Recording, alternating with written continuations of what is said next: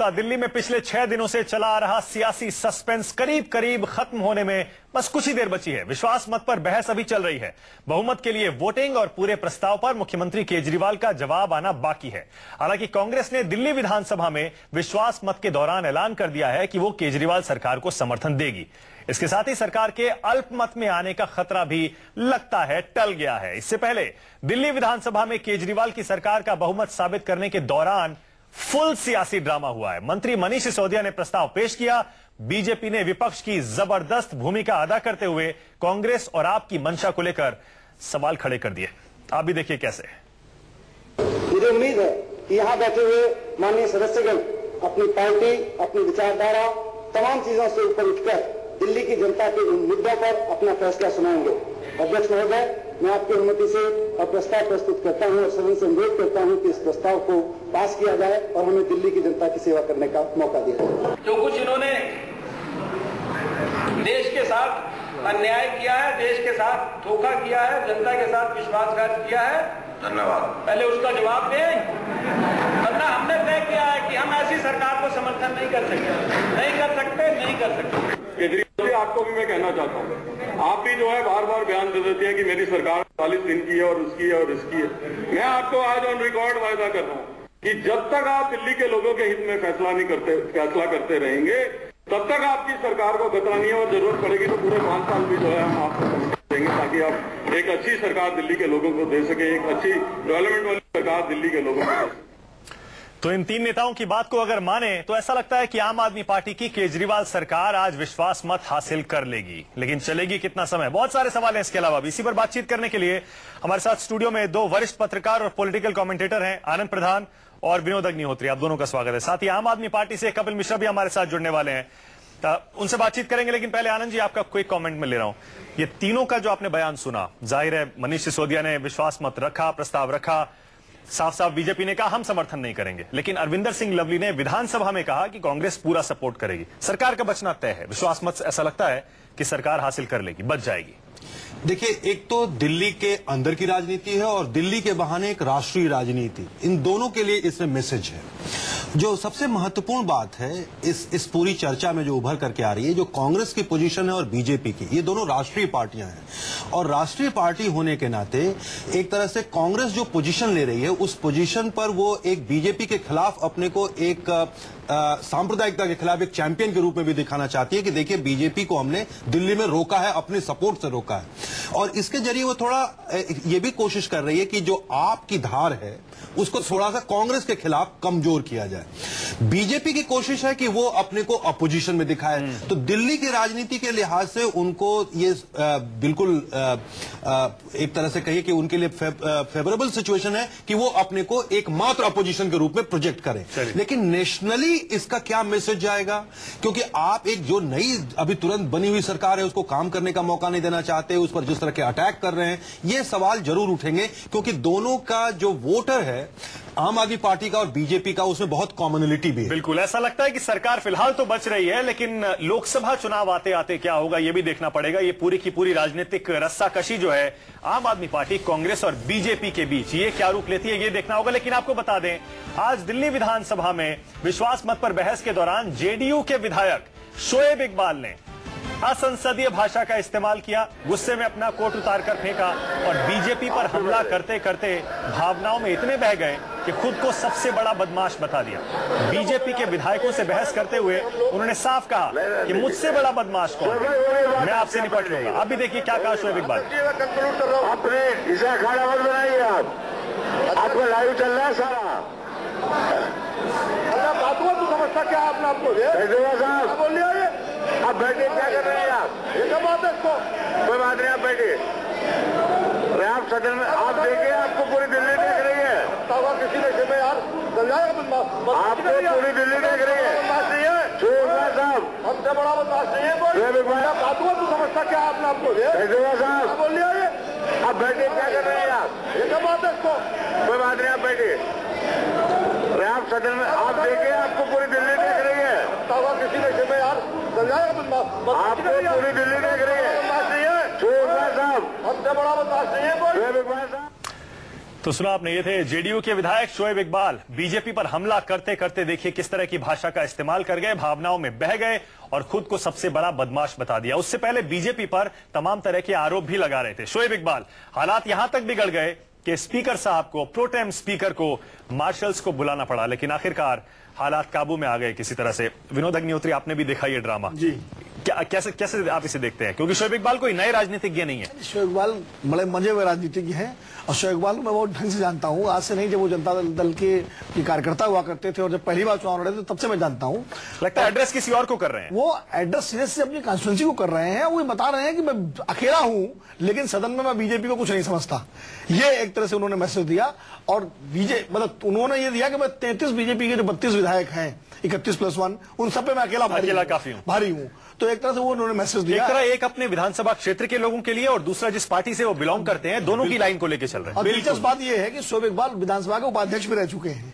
तो मतलब उन्हें सदन की मर्यादा और सदन की गरिमा और सदन के नियमों का ज्ञान है। ऐसा नहीं है कि कोई अनाड़ी आदमी होना है। एक तरह की ये पोस्चरिंग है जो मतलब आगे की राजनीति के लिहाज से, भविष्य की राजनीति के लिहाज से ये की जा रही है। पर इसके बावजूद मतलब विधानसभा में निश्चित तौर पर पहले ही दिन इस तरह की, वो दुर्भाग्यपूर्ण है और गलत। ये बिल्कुल। इसमें एक चीज मानक में और है कि आप याद करिए, चुनाव के बाद शोएब इकबाल अरविंद केजरीवाल जी से मिलने गए थे और उनकी एक कोशिश ये थी कि कांग्रेस और आप पार्टी मिलकर उनको स्पीकर बना दे, अध्यक्ष बना दे। वो उनका एक प्रयास था और उन्होंने इस तरह का अनुरोध भी किया था। तो मुझे लगता है कि अभी अध्यक्ष का फैसला नहीं हुआ है, अभी तो मतीन अहमद प्रोटेम में स्पीकर है, वही चला रहे हैं। इसके बाद स्पीकर का चुनाव होगा तो अब इनके चांसेस कम ये पोस्टरिंग लेके वो एक कोशिश ये भी कर सकते हैं कि भाई देखो मैं सबसे लड़ रहा हूं। तो मतलब अपना तरीका है। चलिए आपको फिर से एक बार सुनवा देते हैं कि आज जेडीयू के विधायक शोएब इकबाल ने किस तरह से विधानसभा के अंदर अपने पर से काबू खो दिया और कैसे बीजेपी पर हमला करते करते असंसदीय भाषा का इस्तेमाल कर गए। एक बार फिर देखिए।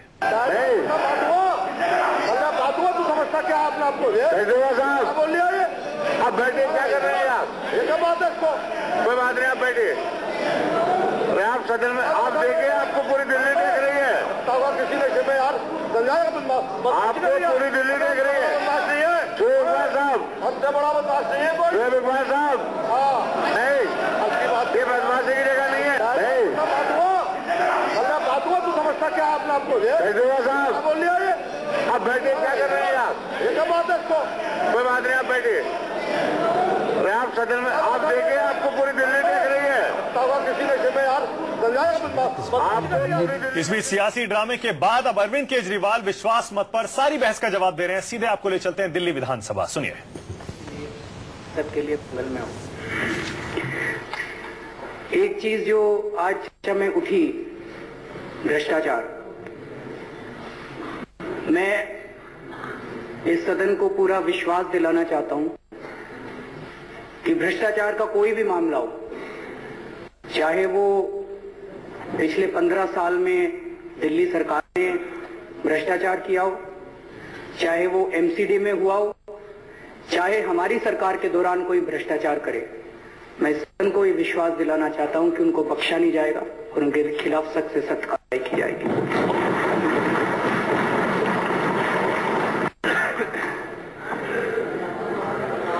आम आदमी कौन है? अभी बहुत ही माननीय सदस्य ने कहा कि रैन बसेरे में रहने वाला व्यक्ति आम आदमी है, चने और कुलचे बेचने वाला आम आदमी है, चाय की रेडी लगाने वाला आम आदमी है। बिल्कुल वो आम आदमी है। लेकिन शायद भारतीय जनता पार्टी इस देश के अन्य लोगों को आम आदमी नहीं मानती, लेकिन आम आदमी पार्टी इस देश के मिडिल क्लास के लोगों को भी आम आदमी मानती है। इस देश के हर उस शख्स को आम आदमी मानती है जो इस देश में एक ईमानदार व्यवस्था चाहता है।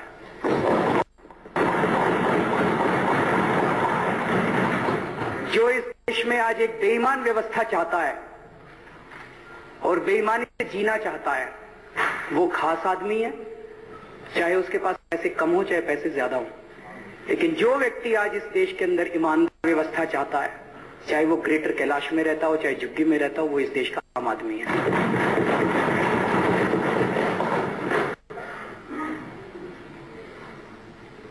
अध्यक्ष महोदय, मैं आपके सामने इस देश के आम आदमी की व्यथा रखना चाहता हूं। मैं बहुत सारी चीजें बोलूंगा,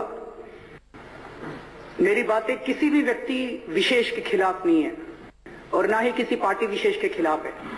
हमारी किसी पार्टी से दुश्मनी नहीं है, हम यहाँ पार्टियों की राजनीति करने के लिए नहीं आए हैं और ना मैं यहाँ पे सरकार बनाने के लिए या बचाने के लिए या सत्ता में आने के लिए यहाँ पे आज खड़ा हुआ हूं। हम लोग कौन है? 28 लोग कौन है? इनमें ये वंदना है, हाउसवाइफ है। ये क्या जरूरत पड़ी थी चुनाव लड़ने की?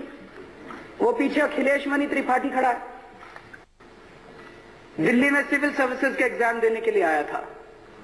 क्या जरूरत पड़ी थी उसको चुनाव लड़ने की? वो पीछे धर्मेंद्र कोहली है, उसकी बहन का कत्ल हो गया, शहीद हो गई उसकी बहन।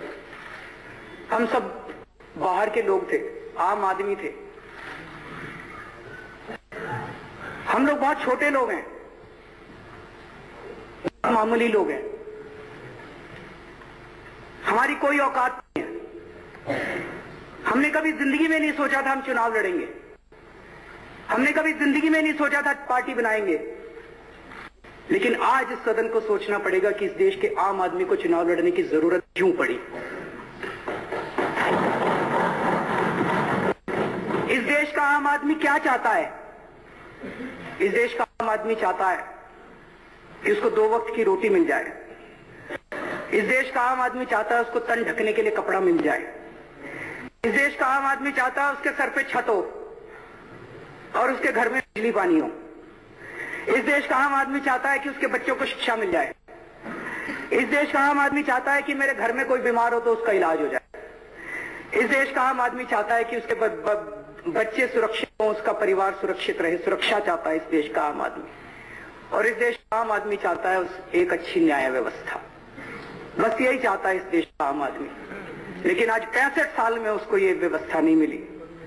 क्यों नहीं मिली, ये सोचने की जरूरत है और हम सब लोगों को सोचने की जरूरत है। इसमें कोई बीजेपी, कांग्रेस, आम आदमी पार्टी की पॉलिटिक्स नहीं है।